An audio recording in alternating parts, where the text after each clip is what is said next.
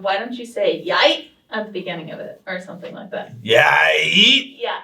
And just like the video just starts off with that. Yite. Today we're going to be talking about how to become a better test taker. Yay! All jokes aside, becoming a better test taker is very important because what you'll realize is tests kind of persist throughout your life and your career. If you want to go into finance, if you want to go into law, if you want to go into medicine, there's going to be more and more tests, and becoming a great test taker and feeling confident with tests is a hugely valuable skill. Today we're going to show you how. Now let me give you a little bit of background on myself. I am a licensed attorney. I went through law school. I passed the bar. So I've taken many tests. And what I can tell you is my skill with tests has made my life so much easier because I didn't have to really worry about failing the bar. I didn't have to worry about doing poorly on the LSAT. I was able to skate my way through that entire process with scholarships and ease. And that's because I'm a good test taker. So the first question is, how do you become a good test taker? What are the skills that good test takers possess that people who feel they are not good test takers do not possess? Number one, I think great test takers are very ruthless and they have very speedy decision making. So what I mean by that is they don't bloviate, they don't debate, they don't second guess, right? They see things as very clear cut, right? The answer is the answer because of some certain logic on a test. Now look, a state test may be different from an SAT, may be different from an AP exam, it may be different from the LSAT, it may be different from a law school test or med school, whatever the case may be, but they all share something in common, right? Standardized tests share the commonality that the answer must be provable. In order for the test to have any validity, the maker of the test must be able to show you why the correct answer is the correct answer. So that is the key, right? This is what great test takers understand. And they say, look, understanding the question is great, understanding how to do the problem is great, but what I need to understand is what the person who made the test thinks the correct answer is and why they think it's correct. I need to understand their logic. Forget my own logic, forget my teacher's logic, forget my parents' logic. I need to understand the person that made this test. What is their logic? Why do they think this way? Why do they value these skills? For example, on the SAT and ACT, many people have heard that, on the English section, concise is nice, right? Shorter answer choices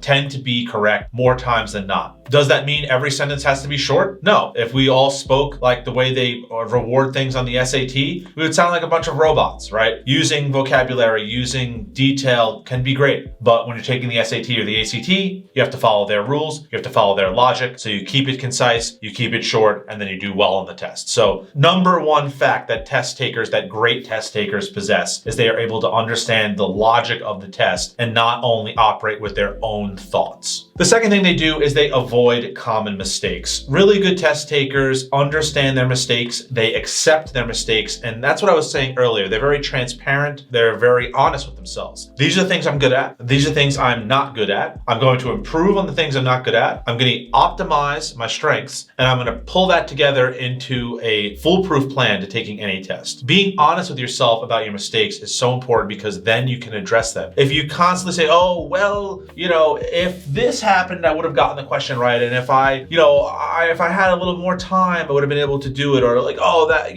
my second choice was the right answer and I may have picked that. No, all of that is a waste of time, right? You got it wrong, you accept it and you move on, right? So accepting your faults, which is a great characteristic as a human, embracing them and trying to improve them is part of becoming a great test taker. If you're deluded and out of touch and you don't understand your own abilities, then you're probably not going to be a good test taker. Number three, the other huge thing that great test takers do is they manage anxiety. They do not let testing anxiety cripple them. Now look, that's easier said than done, but I think they manage it, and we all have anxiety, right? When I take tests, I have anxiety. I get nervous about certain things. I try to manage it, right? Breathing techniques, as silly as it sounds, get that zen. Just anything that calms you down is important, right? They also know they need to be energized, well-fed, well-rested, right? You don't want to stay up all night before a test. A good test taker doesn't do that. A good test taker brings a snack, right? A good test taker maintains their mental acuity with their nutrition and their sleep schedule and all that good stuff, right? Because a great test taker is covering all bases, right? They're not just thinking about the test, they're thinking about the logic of the test maker. They're thinking about how to prepare themselves. They're thinking about their testing site, thinking about their testing circumstance. They're thinking about their own, well-being and their nutrition and their study habits. I mean, they're covering all angles, and that's what really can help become a great test taker if you feel like you're not already. Another thing that great test takers are able to do is they're able to maintain focus when there are a lot of distractions. One thing I think a lot of people don't realize is when you go to take a standardized test, it may not be a quiet environment. The first time I took the LSAT, a marching band was practicing outside of the room. So if you're able to block that out, you're going to score in a way that's going to be better than someone that gets distracted by that. The kid next to you tapping his pencil, someone coughing, someone making some other noise, someone fidgeting in their desk, ruffling their papers, finishing the sections of the test extremely quickly. So you're like, whoa, am I behind? Now I'm distracted. Am I moving too slowly? What's going on? How is this kid done already? You have to block all of that out and focus only on yourself. Another really important aspect is that great test takers are not outcome focused, right? They're not saying, I'm here to get a 1600 on the SAT, right? I'm not here to pass the bar exam, right? I'm here to do the test and the outcome will come, right? The outcome will happen if I do the job that I'm here to do. If I do well on the test, I'm going to get a high score. If I do well on the bar exam, I'm going to pass, right? So instead of focusing on the outcome, which is very nerve-wracking, right? Very stressful, I'm focusing on doing what I need to do right now to succeed on this exam. And that's how you maintain your focus. Another thing that great test takers do is they stay positive, even in the face of great stress, even in the face of negative outcomes, even in the face of wrong answers, right? You have to believe that the effort you put in, that the process you're going through, and that the hard work will pay off. If you lack belief as a test taker, it's like anything else. If you play a sport, you play an instrument, right? You go up there for your performance or for your game and you lack confidence, you could be the best player in the world and miss the shot. Why are the greatest athletes able to pull off the things you see them pull off on TV? Because they have the confidence deep inside that they will somehow will the game to victory. How did Michael Jordan stretch his arm 15 feet at the end of Space Jam and dunk it in the hoop, right? So he just said, I have to. It's the only way I can do it. And in the face of great odds,